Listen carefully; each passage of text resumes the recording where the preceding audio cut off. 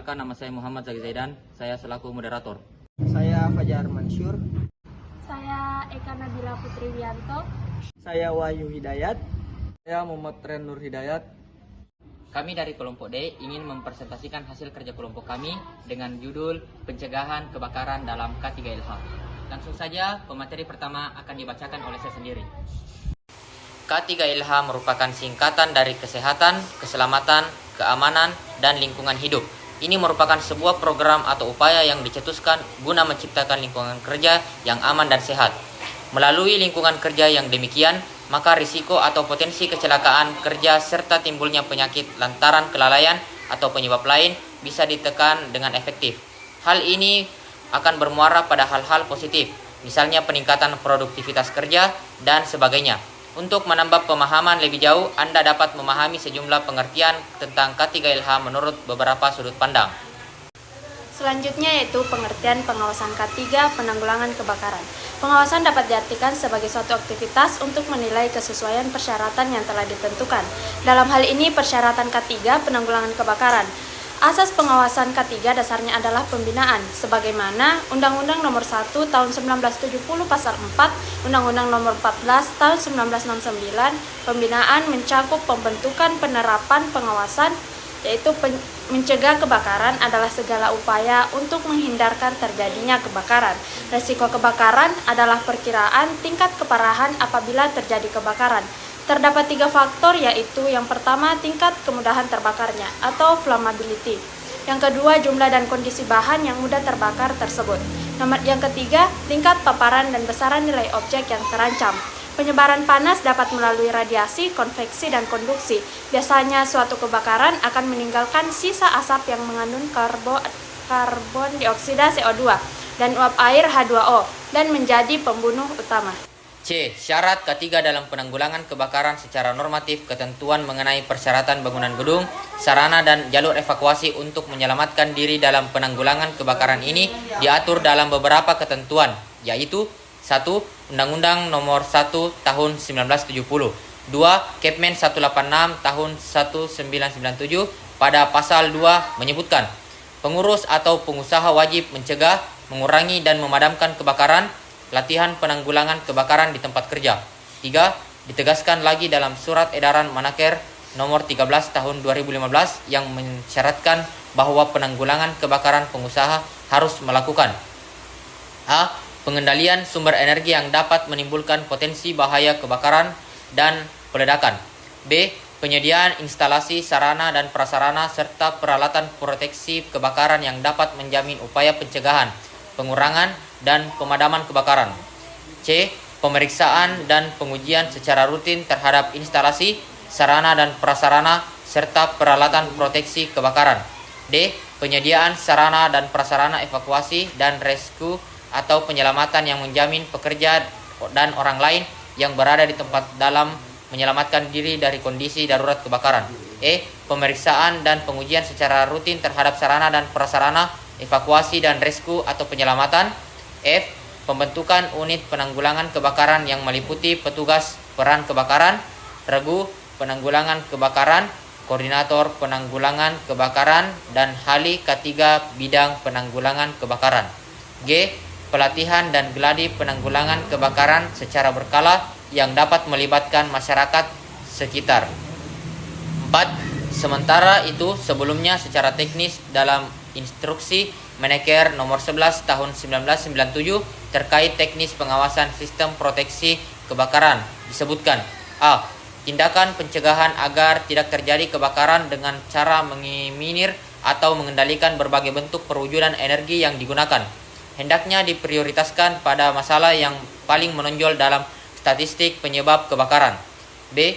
Tindakan dalam rangka upaya mengurangi tindakan keparahan, risiko, kerugian yang terjadi maupun jatuhnya korban jiwa dengan cara melokalisasi atau mengkompemenisasi agar api, asap, dan gas tidak mudah meluas ke bagian yang lain.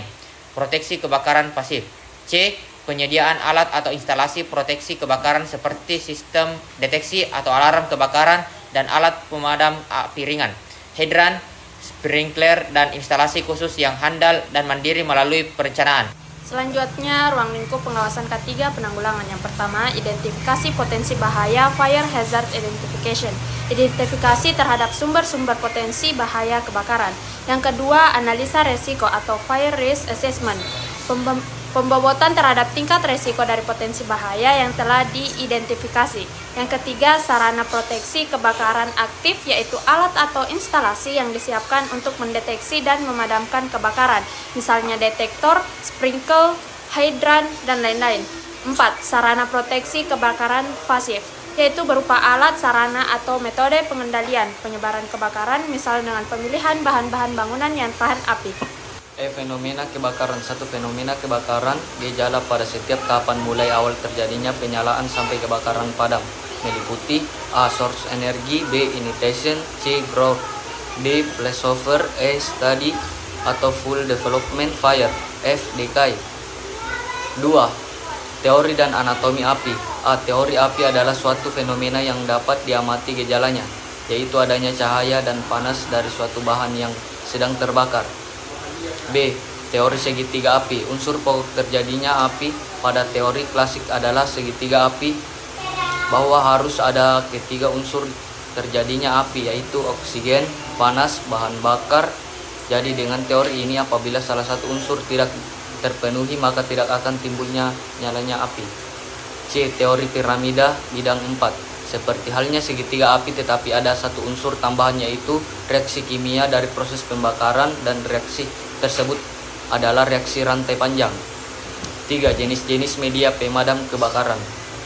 Dewasa ini pemadam jenis salon sudah dilarang karena mempunyai efek terhadap kesehatan manusia.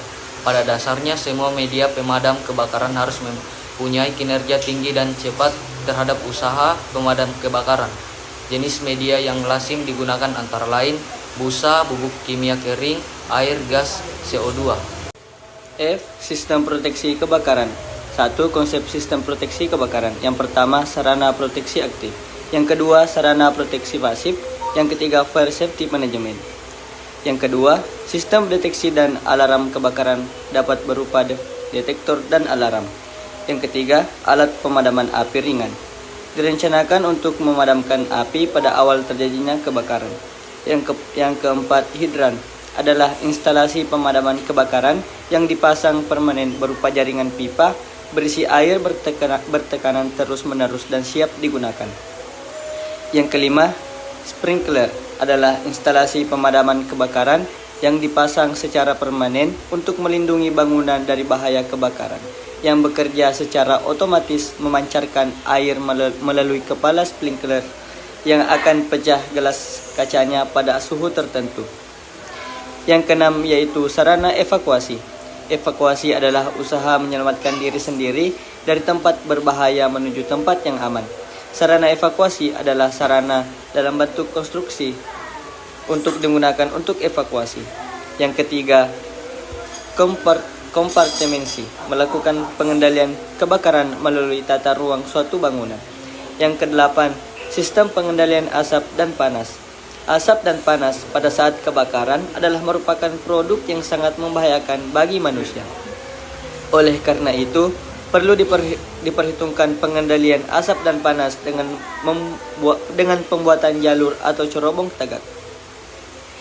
Yang kesembilan, pressurized fan digunakan untuk memecah konsentrasi gas dan uap yang terbakar berada di bawah flammable range, sehingga terhindar dari resiko penyalaan. 10. Tempat penimbunan bahan cair atau gas mudah terbakar. Tempat penimbunan harus diletakkan di luar bangunan dengan jarak tertentu dari bangunan lainnya.